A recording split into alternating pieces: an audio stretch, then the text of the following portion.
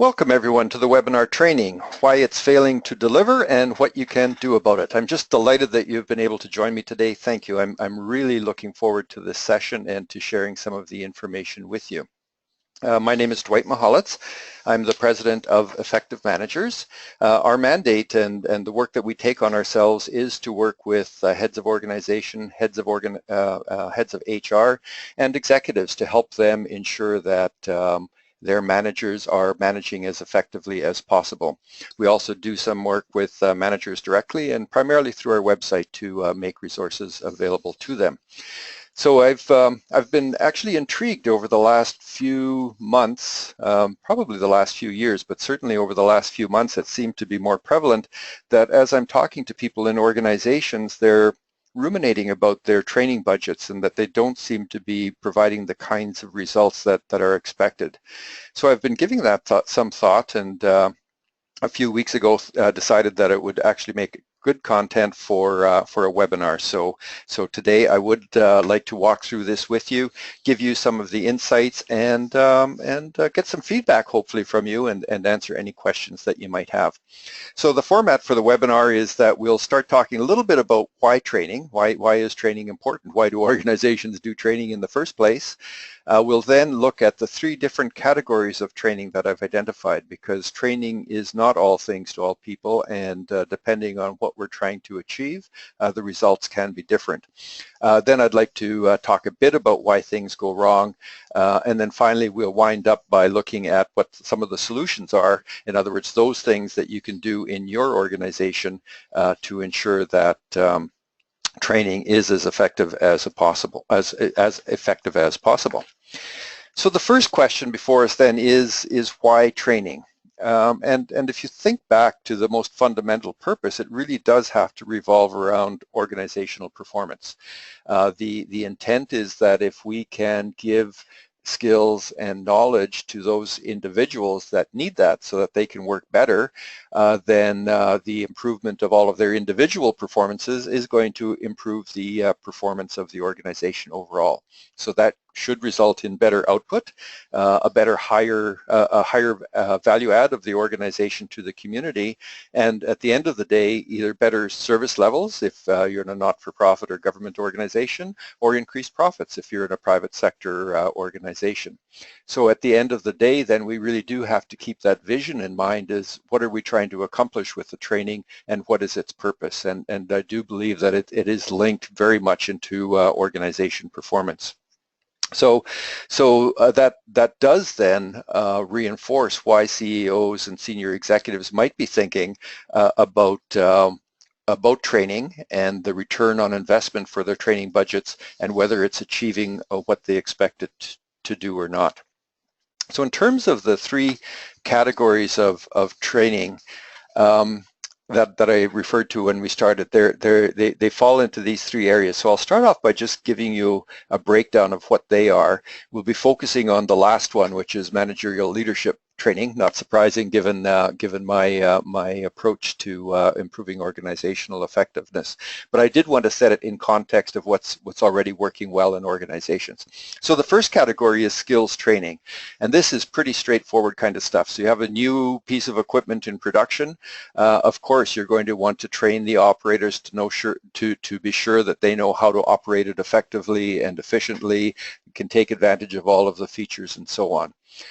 There are other situations in the organization where you have to maintain certain levels of skills qualifications. So your health and safety person, for example, would need to keep their certificate up to date for different aspects of safety, for their first aid and so on. Or it might be something a bit more complex where the organization is implementing, say, I have the example here of a new phone system, and you want everyone to be sure that they know how to use the device properly, how to get it on, how to check their voicemail, and so on. So rather than wasting time and energy for everybody having to figure out on their own, it's a heck of a lot better to put a system in place where you can implement that in an organization-wide way. So this is what I would call pure skills training. It closes a gap that's been identified in terms of skills and knowledge. And in this, the main advice I would have is that it's much more effective and efficient for the organization to provide this in a structured and consistent way. So if you do have a new system, if you do have qualifications that need to be maintained, if you do have that new piece of equipment, it's a heck of a lot better for the managers to be identifying what those needs are, and then for the organization overall to figure out what is the best way of developing that and getting it in place for the individuals. So in summary on the skills training, my perception is that organizations do a pretty good job of this. The key is that they ensure that the training is correctly aligned to the skills gaps of the current individual. So that's in their current roles, or to prepare them for work in a new role. So that is the trick of this one, is that as training comes in, it needs to be linked up to those individuals that require training, and that becomes the job of the manager, because they should be the ones that are aware of the work that each of their team members needs to do, the skills and knowledge that they require to do it, and therefore the training that they need to close any gaps that might exist. So that for that to be effective, then I come to the point that this really does need to be documented in position descriptions and reviewed regularly. So because this one is working pretty well, I'm not going to spend a lot of time on it, but I did want to start at kind of the most fundamental type of training that we have in an organization. The second category is a bit more complex one, and this would be related to a change effort in an organization. So you have a new ERP, and this is a system that's going to go in across the whole organization. It's going to impact on the way people work. It's going to sometimes change the procedures that they are involved in. It may even change the way they interact with other individuals in other parts of the organization. A second example, and this is a very generic one, it could be any organization-wide procedure or process that's being put in place. A lot of organizations now are spending time on processes that can help to improve productivity and effectiveness for the way that they do things. But that often, again, does impact on the way people do their work and the way people interact on each other. So this type of training does have this pure skills training element, and it's really important. So if you have a new ERP, you need to give people the skills that they need to get into the system, to understand how it works, to understand where the pages are that they're going to have to work on, the time frame for doing that work, and so on. But it has this very significant second element, and that is that element of change. And as managers in organizations, we all know that change is often not well accepted, and that there can be resistance to the change, simply because people do need to figure out how to work differently and may feel threatened about whether they're going to be as competent as they have been, feel that they're going to be losing productivity, or may in fact feel overburdened because don't forget, they're operating on the current system while they have to learn the new system. So all of these are elements that supersede the basic skills training. So if we approach these implementations as pure skills training and miss out on that change element, then we will find that the resistance will grow. So the trick then in this type of training is to ensure that we're giving people the training at the right time. My experience is that organizations do have mixed results in this area, and primarily because they're ignoring this aspect of the change management. So the training has to be provided at the right time. If it's provided too early, people are going to forget the system. If it's provided too late, people are going to fret and feel that they're not going to be prepared in time, or it'll be distracting from their ongoing work. So the integration of this into the change management program becomes really, really important. So the last point I would make on this one is the last bullet on this, and that success does require managers to be doing their managerial leadership work. So any major change program does require managers to be directly involved. So we can't implement, for example, an ERP successfully in the organization unless each manager understands how their role changes and is working with their teams directly to impact on the way that their work is going to change. So, so just to give you an overview on this slide, I talk a little bit about the change effort and the areas that I think are key to having in place for any change effort in an organization. And they are, I list them here on the left: commitment. We need to have commitment from the top in terms of that change and to ensure that it's going to be put in place and to stay with it until the change is actually solidly implemented. We need that engagement of every individual that's going to be involved in the process, and that requires the work of managers to ensure that that engagement is taking place. So that starts with the CEO, who works with the VPs, who works with the directors, who works with the managers, and so on.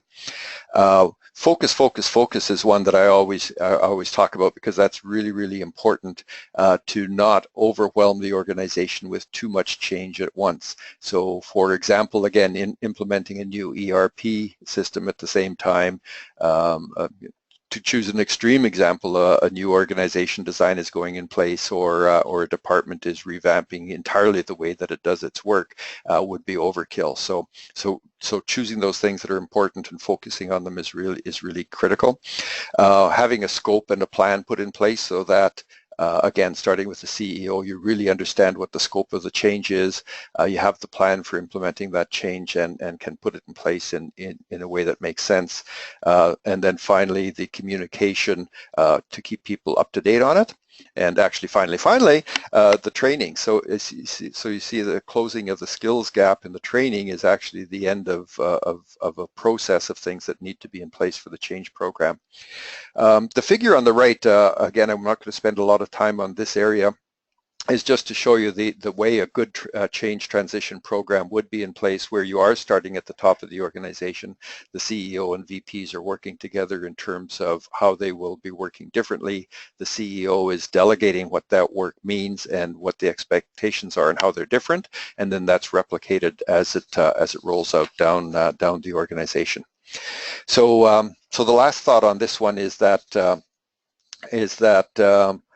I do believe that change principles are fairly well understood in organizations. People are not surprised when I talk to them about change management and what's involved, but the problems happen when the principles are ignored or when shortcuts are taken in this respect. I have a separate webinar on how to succeed in change management programs. I've got the information on the screen, and it's in the handouts that you received already. So I'm going to round up this section here, but the emphasis being that the skills and knowledge for this aspect, which does require some training, has to be part of a bigger effort in the organization for success. So the third category then is the one that we're going to focus in on today, and we'll be spending the rest of our time during this webinar on, and it's leadership training. And leadership training is an interesting type of training, because if you look at it at its heart, it's around things like you see in these bullets. It's around leadership, it's around communications, it's around how do we build a better team, it's around how do we empower our employees. So they're more the attributes of successful management within the organization.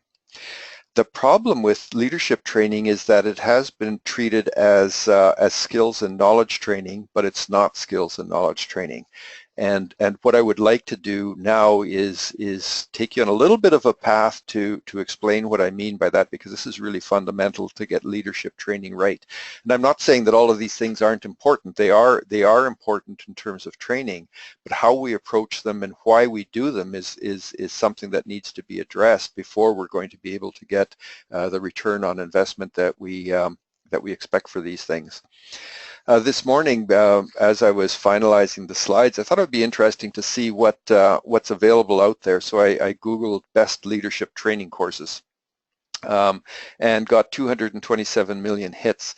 And what was interesting to me about this one is that the top 4 are actually ads, paid advertising on Google. So there's no question that there's a demand for this kind of training, or there wouldn't be so many suppliers of the training out there.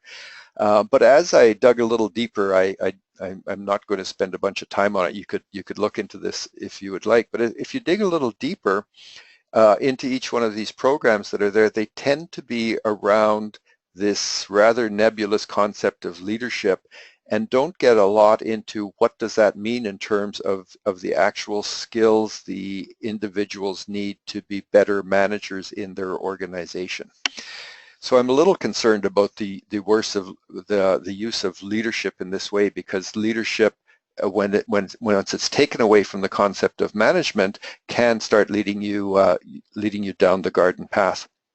So in terms of why things are going wrong in this, it is perplexing in organizations, because from their perspective, executives are motivated to send managers away for training in areas where they see deficiencies, because they see leadership issues, and they believe that if they can send people away for training, that will be that there will be a benefit. The managers who are selected to go on this training typically are pleased to do that, because they see this as an opportunity to improve their skill set and to do a better job, and therefore to have higher performing teams. But yet the results tend not to be achieved.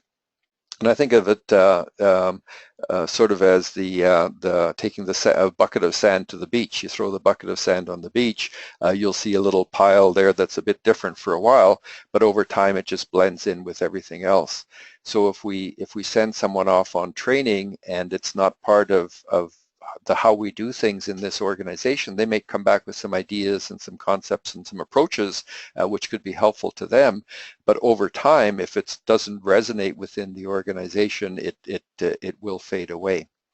The other issue I approach, or I suggest, is the one on this this last bullet, and that there is a tendency to lock leadership training in on the symptoms of poor management instead of what the causes of poor management are.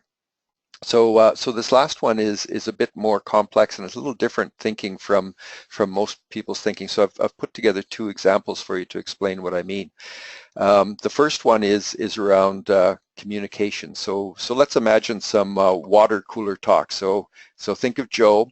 He's in a mid-sized organization, and he's been assigned a special project to work on the acquisition of some new production equipment. Joe recently started with the organization. He's been there for less than a year, so he's really pleased that his expertise in this area has been recognized, and he's been working hard on it. The project meeting's scheduled for next week, so he's been burning the midnight oil. As all of you know that have been on projects, the real work, the day work, doesn't go away. So Joe's had to put in a lot of overtime to be able to get this work done. But today he found out from a colleague, almost by happenstance, that not only was the meeting next week canceled, but that there was some discussion about whether or not the equipment will be purchased at all. So the whole project's been put on hold.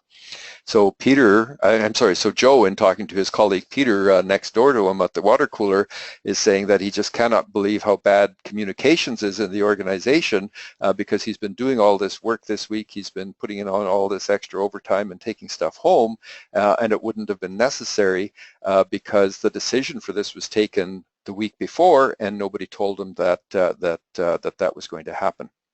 I see this all the time in organizations in so many different scenarios, that people are beavering away, doing things, decisions are taken in other parts of the organization that impact on them directly, and yet somehow the message doesn't get to them. And this is perceived by the employees, of course, as poor communication, but what's really going wrong in these kinds of situations is that the right information isn't getting to the right people at the right time. And who's the person that is accountable for getting the right information to that person at the right time? It has to be the manager. So in this case, poor Joe did not get the message, because somewhere between wherever the higher level decision was made, a manager didn't pass that information down in such a way that Joe received the right information to avoid the wasted time and effort. The second example is more around collaboration. I think this example will resonate with all of you as well.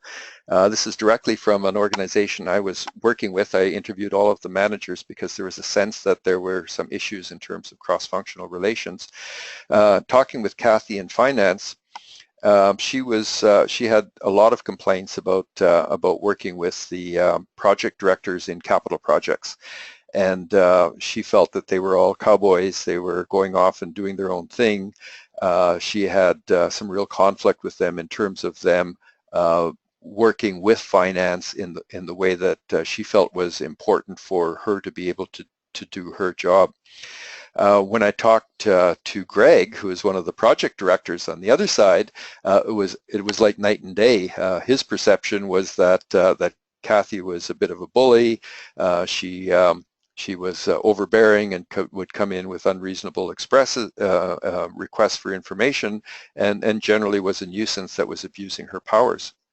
So as I continued these interviews, it was very interesting to find that once I got to the CFO and the COO level, that there was a very fundamental disagreement, disagreement I think would be the right word, in terms of the role of finance in capital projects. So the CFO saw the role of finances as a critical one in terms of ensuring that all finances were expended appropriately within budget and on time, that they needed to monitor this, and that they would have the power to stop a project if it seemed to be going off track. From the perspective of the COO, operations was a service function. They were there to give advice and reports, but I'm a senior person, thank you very much. If I'm going over a little over budget on this one, I can go under budget on the other one, and I'm accountable for bringing this whole project in on time.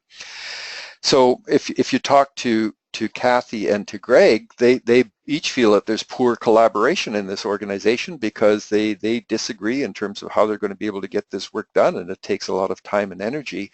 But in fact, what's happened is the context has not been set appropriately at the most senior management levels in terms of how those two departments work together. And who's the individual that can make that decision? It's the CEO, because the CEO needs to balance the authority between those two different functions and work that through. And in this example, in fact, when I brought it up to the executive management table and we had the discussion, instead of not talking about the elephant in the room by talking about it, the CEO in a half an hour's discussion was able to come up with a decision in terms of the role. And the conflict went away in the organization, because then the delegation was happening in a consistent way down both sides. So I give both of these examples to you because they're perfect examples of why we tend to treat the symptoms. So in the first place, the employee engagement survey shows that communication is not good. So we've tried to communicate more. We have maybe started a newsletter. We have more town hall meetings. We do more email blasts and so on. But at the end of the day, communication is not going to improve unless managers do their managerial leadership work about right-sizing information at the right time. In the collaboration one, again, poor collaboration comes up on the engagement surveys, so you do more team building exercises. You know, we could team build Kathy and Greg until the cows come home and nothing's going to change, because in their situation, they're working from fundamentally different delegation from their own bosses about how they will collaborate or work together. So the organization needs to get that resolved. So as we treat these symptoms, sure, if we do team building, Greg and Kathy will get to know each other, and things might seem better for a while, but at the end of the day, as I say, once the aspirin wears off, the fever is going to come back, and similarly in the communications. So the solution then to the effectiveness of managerial leadership training is more fundamental than just getting a mix between the knowledge gap and the skills training that's required for that skills or that knowledge gap. And what I'd like to do now is move on to why things go wrong and give you a bit of an idea of that. So there are four different reasons why the leadership training can go off the rails. The first one is that managers are too busy to manage. I'm going to dig into each one of these a little bit, but I just want to give you a sense of where I'm going with this first.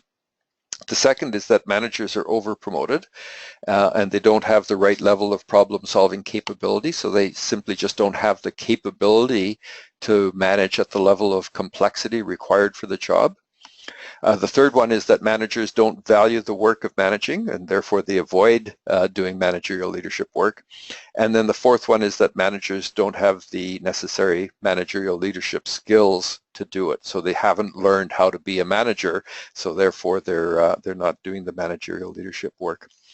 At this level, if you look at it, there's only one that's directly related to skills and knowledge training, and that's the last one. The other three are more inherent in terms of organizational situations that are very different from the training. So if we try to train managers how to be less busy, that's not going to be very helpful if we keep over delegating them, or we find that they don't have the capability to do the work, or whatever it might be. So let me just give you an idea of what I mean by each one of these. So in terms of managers being too busy to manage, we did research this area specifically with the University of Ottawa in 2013 because that was my observation as a manager and an executive myself, and as a management consultant for many years, is that managers seem not to be able to focus in on their most important work, and the research came back to reinforce that managers only spend 55% of their time doing value-added work.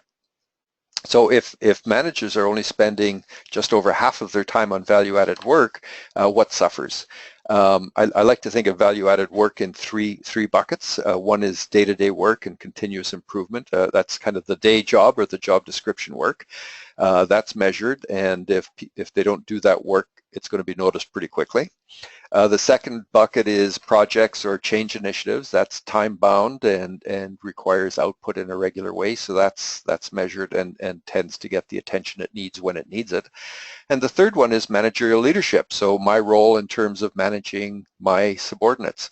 A manager in the organization is the only individual in the organization that's in the right level of the organization and has the capability and has the authority to manage their team. So nobody else can manage your team for you. But if you're only able to spend 55% of your time on value-added work and something has to go, what's going to go? It's not going to be your day-to-day work, and it's not going to be your change initiatives. It's going to be things like, well, I can put off those performance management meetings for a week. I won't have a team meeting this month. The one-on-ones might have to be canceled this week. So it's the managerial leadership work that tends to suffer, not because they believe it's unimportant, but because they believe it is important but can be done later, gets ignored, and therefore gets put off. So work needs to be done in terms of how do we ensure that managers can focus in on that.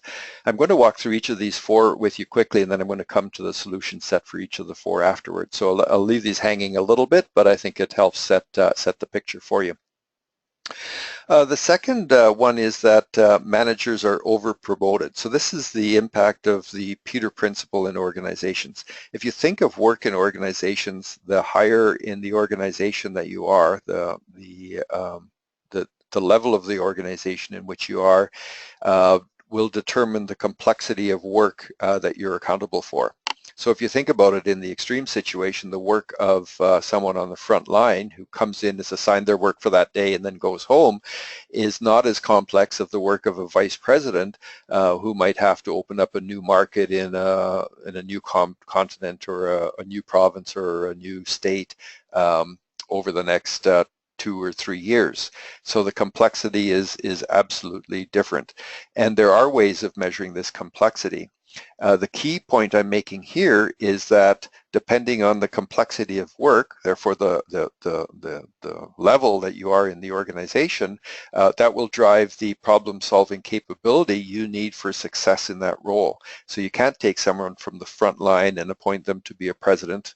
Maybe in very rare circumstances, but typically you can't take anyone from the front line, appoint them to be a vice president the next day and expect them to be successful in that.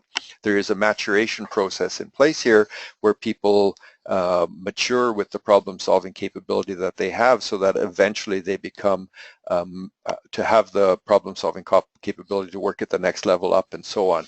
And this can be described, and it is unique for each role. It needs to be understood.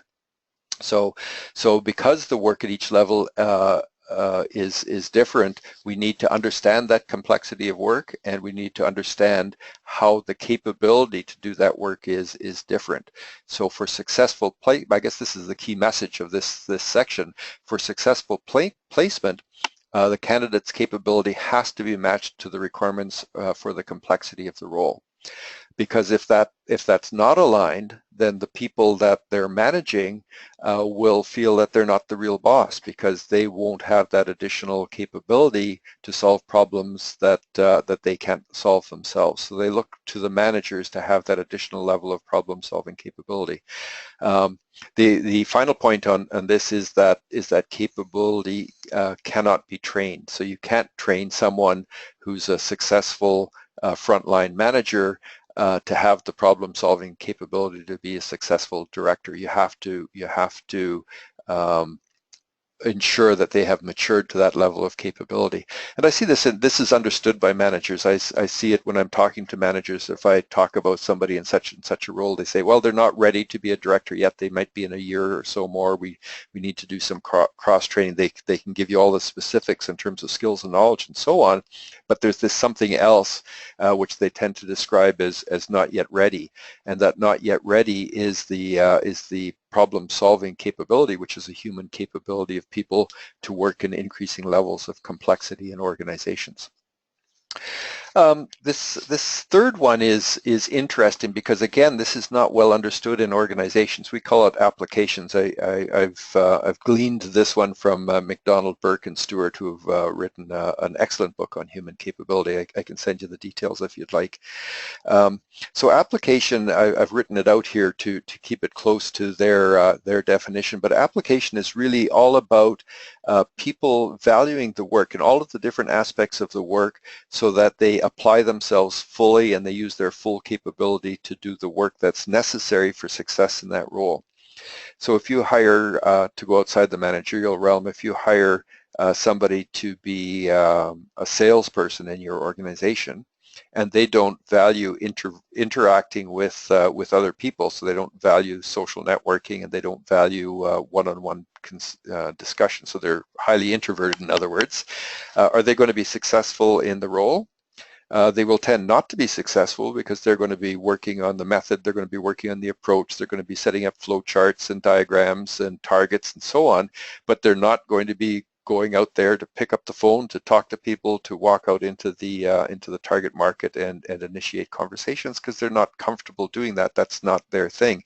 If they don't value it, there will always be reasons in their mind for them to be able to put that off. So failure to understand this valuing of the work becomes a critical factor for why managerial work doesn't get done. So the symptoms of that I have on this slide 26, that managers don't apply themselves to managerial work. You'll see that they'll tend to be working the next level down most of the time, because that's where they're the most comfortable, that's where they've been successful, and it kind of puts off them having to do that work that they don't value as much. They love to firefight. If there's a crisis, that's great, because they get to dive down into the weeds and don't have to apply themselves in some of the areas that they're not so comfortable with. They'll avoid having the tough conversations with their subordinates, those feedback sessions, those coaching sessions, those reinforcement of how to do things better sessions. I guess we call them the opportunities for improvement, because they don't value that. They don't feel that this is this is the type of work that they want to do, and therefore don't apply themselves. I have a couple of other examples here, but you can see the trend that I'm going on. So in this, for when you see these kinds of symptoms in the organizations, again, training is not necessarily going to help. It may help to some extent, and I put sometimes here, because if the individual doesn't understand what management is all about and has never been trained how to be a manager, it may be that they don't value that work and aren't able to apply themselves because they're just not sure of how it is that they're going to do it, or if they can do it properly, so they avoid it. But typically it has to be coaching, and the ideal situation would be not to put somebody into that position unless they do value the work, and you can be sure that they will apply themselves. So in terms of the fourth category, it's the lack of managerial leadership skills. And the question I would have for you here is, who teaches managers how to manage? And that's an interesting one, because it's usually taken for granted that people will know how to manage.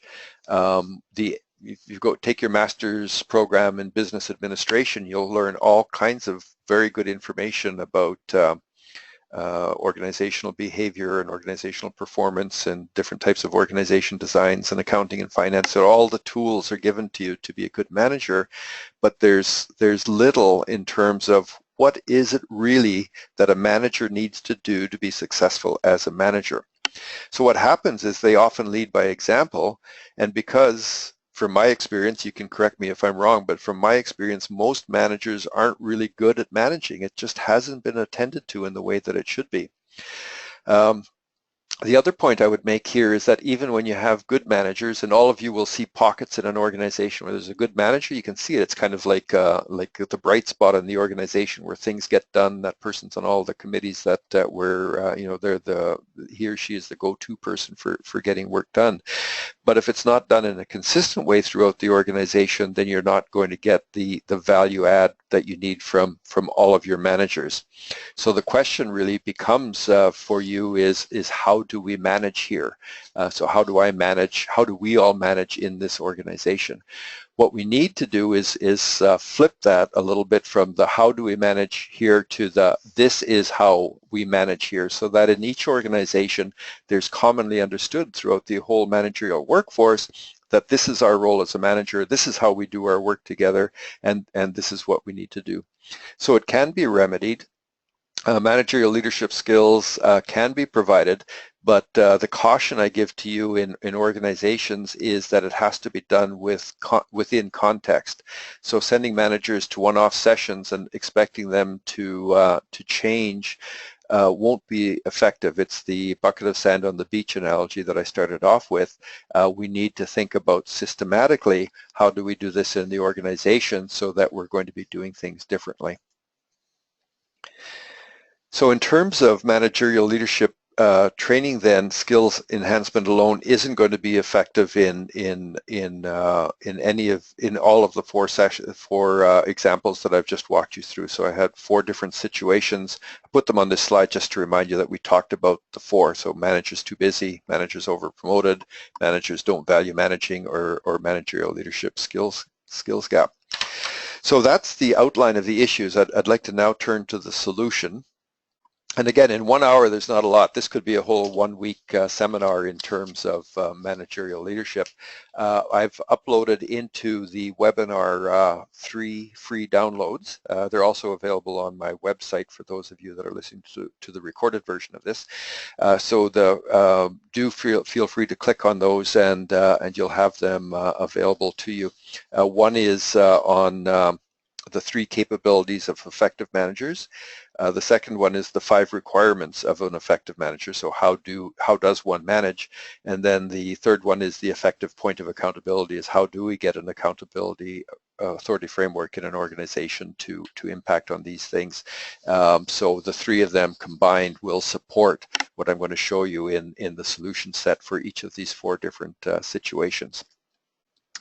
So the most fundamental thing, and I think any of you who have worked with me understand that in terms of the accountability and authority framework, this becomes a really important part. So the CEO needs to understand his or her value-added work and how to delegate that work down the organization. So what do they need to do for success in their role, and what can they delegate down to the next level in the organization, and then so on down the organization.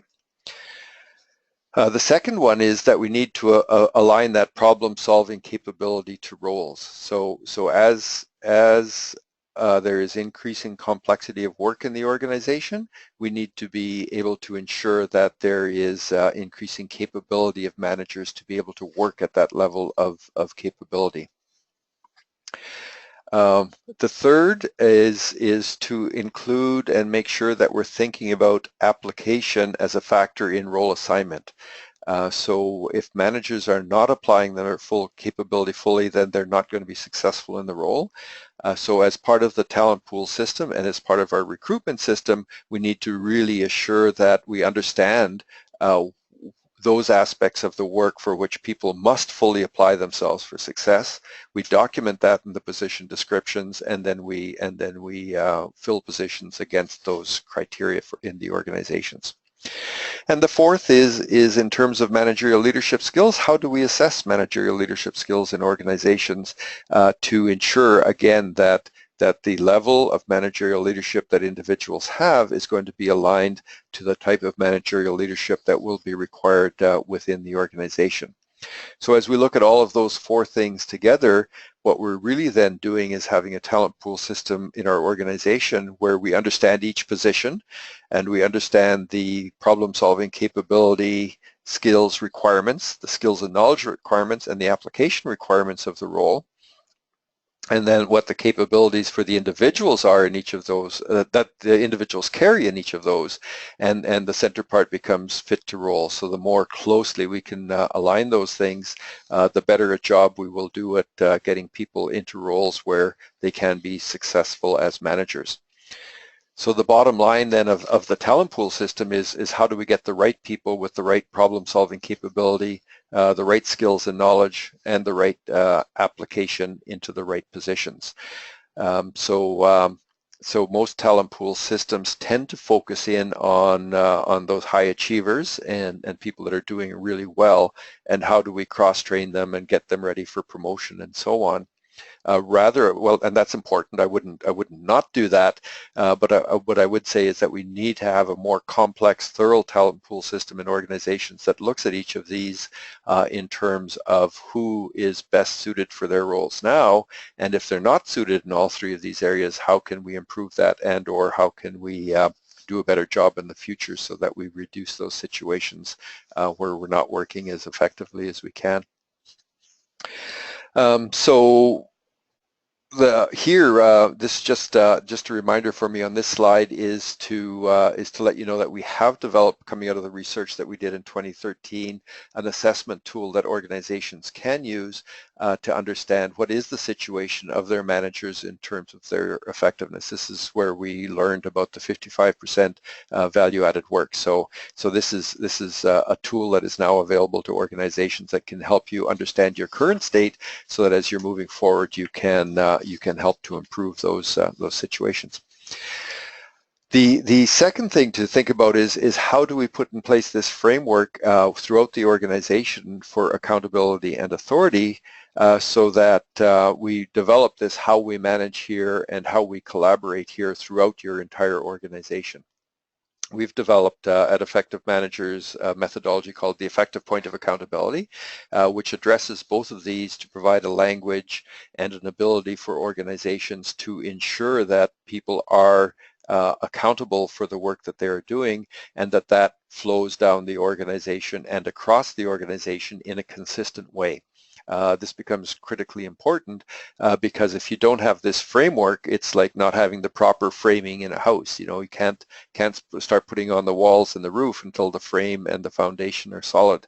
So the foundation and the framework are critically important for accountability and authority. And rather than sending everybody off on different courses in terms of how we manage, it's much better to create that language and that approach and that consistency throughout the organization. And in the same way that we talked about this in the change management section, the organization needs to do this in a consistent way from the top of the organization to the bottom of the organization, so that over time you have a very consistent way of all of us working together and doing what we need to do.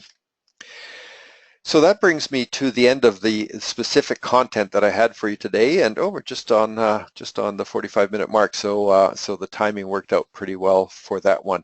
If you have any questions, this would be a great time for you to plug those in. I just wanted to remind you that we do have our resources available for you. We have the website, which effectivemanagers.com, which has a number of resources that are available for you. We have a YouTube channel where webinars like this one are recorded and are available. So so that is freely available to you and can give you additional information in terms of things that we had been talking about as well. And then finally, in terms of staying in touch, feel free to follow me on LinkedIn or to connect with me on LinkedIn. I'm always happy to stay in touch with you, and also you can sign on to the monthly e-newsletter that we publish. So in terms of questions, I've got two here. The first one is about training. It's asking about complexity of work. Is training different depending on the level in the organization? That's a great question. It's a complex one. Actually, I thought about putting a section in on that, but I just didn't have time for this webinar. At a high level, the training, when we're talking about just closing skills gaps, the training content is pretty much the same, but the approach needs to be a bit different. Because if you think about people on the front line, they're very used to working within procedures. In fact, all of their work is proceduralized or can be proceduralized. So it's do this, then do this, then do this. So the training is best received in that format about if you do this, then this will happen, and we can continue on in that way. As you move further up in the organization at the next level, particularly, workers or managers there are more successful in their work when they use their diagnostic capability. So they're more about the why does this work. So when we're providing training, we have to be sure that we can answer that question. And if you're quite higher up in the organization, then it becomes even more important. And then the next question was around the 55% number that I did refer to this. This is work that that had come from that we did with the University of Ottawa. It was with a wide variety of organizations, different sizes, and we actually worked with real managers in real organizations and every manager in each of those organizations. We did use a survey-based approach and used the University of Ottawa to really help us. Third question coming in here is thank you for the imperative for training. In healthcare, training is about 1% of total salaries, which is very low. I agree, that is very low. When organizations are challenged, is this typically one of the first places they look at for savings? Yeah, there's two issues that are concerned with me when it comes time to cutting budgets or sort of cutting the suit to fit the cloth. One is around training, and that is a problem. I agree with you that it's an easy place to find funds. And while I'm saying that the return on investment isn't always there, particularly for managerial leadership training, I'm not saying it's not important. In fact, it really is important because it does link back to the organizational performance overall. But it can't be universal training, and it can't be one-size-fits-all training. It has to be training that's targeted to those areas which can have the biggest bang for the buck for the organization. So it does need this organization-wide approach. The other area where the cutbacks tend to happen is in the admin support areas. And I know that, and this is complete tangent, but it's a big area where savings are, and it's one of the biggest contributors to managerial ineffectiveness because it's easy to say, well, we'll cut this admin support position and the managers can do their own data entry and so on. And yes, they can, but we need to figure out what is the trade-off in terms of paying that much higher salary to do that work, both in terms of the cost of us having that work done, but also in terms of the quality of that work being done, because people tend not to value that work as much, so errors tend to creep in. So gone are the days of every director on up the organization having their own dedicated administrative assistant. I think that's not going to happen, and that's not appropriate either. But we have let the pendulum swing too far in organizations in terms of qualified admin support to help managers be more effective in their work. So those were 3 questions, all great questions. I really appreciate that. I have no further ones, so when you do sign off, there will be a quick survey form will come up asking you 3 questions. If you had a minute or two to answer those questions, I would very much appreciate it because it helps me improve these webinar experiences. And if you have any additional questions, please feel free to be in touch with me by email or yeah, by email would probably be the best way. There's also a form on the website that you can get in touch with me. So thanks again. Really appreciate your time, and look forward to being with you in being in touch with you at some point. Have a great rest of the day. Bye. Hi, I'm Dwight Mahalitz, President of Effective Managers. Thank you so much for downloading the webinar. I hope that you enjoyed it and will find it useful. Feel free to check out other parts of the website for interesting downloads. Most are free, some are at a nominal charge, but I'm sure you'll find lots of interesting tools there and things that can help you be more effective. And in fact, that's what my job is. My job is to help you, help your organization be higher performing. The bottom line is that I want to start where you are, understand your problem, and provide services that can help you solve that problem and implement a solution as quickly and as effectively and as efficiently as possible. Give me a call, drop me an email. I'd love to hear from you, talk about your situation, and see if there's anything that we can do together. Thank you.